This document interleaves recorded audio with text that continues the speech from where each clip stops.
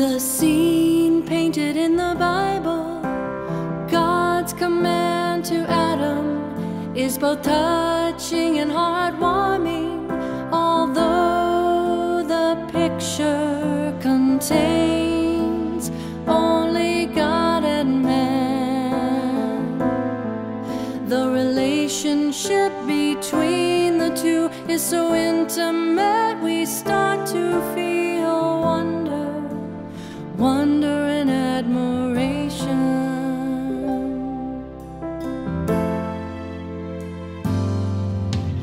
God's love overflowing is freely given to man. God's love is around him, man innocent and pure, without a care to tie him down, lives in bliss in the eyes of God. God takes care of man, and man lives under his wings.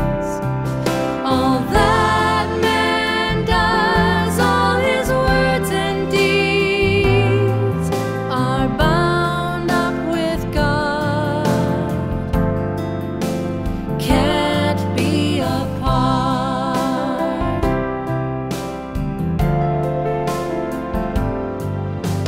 From the first moment God created the human race, God had them in his charge. What kind of charge is that?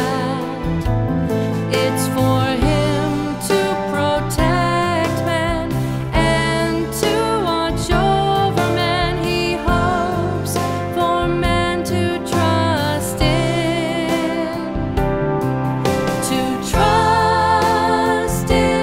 and obey his words. This was the first thing God expected of the human race.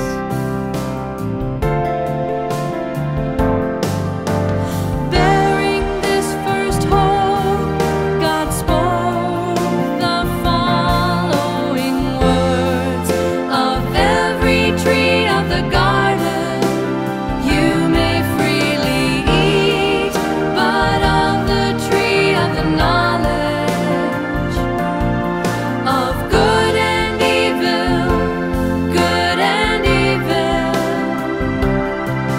you shall not eat of it, for in the day that you eat thereof, you shall surely die. These simple words, standing for God's will, show that concern for man was already in his heart.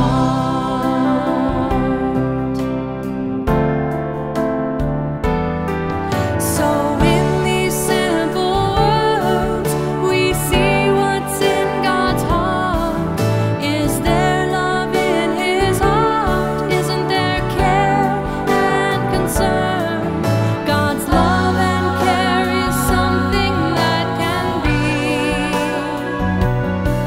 both felt and sensed if you are a person of conscience and with humanity. You will feel warm, being cared for and loved.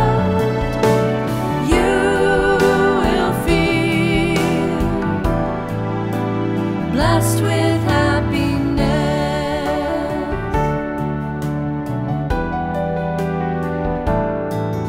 When you feel these things, how will you act towards God?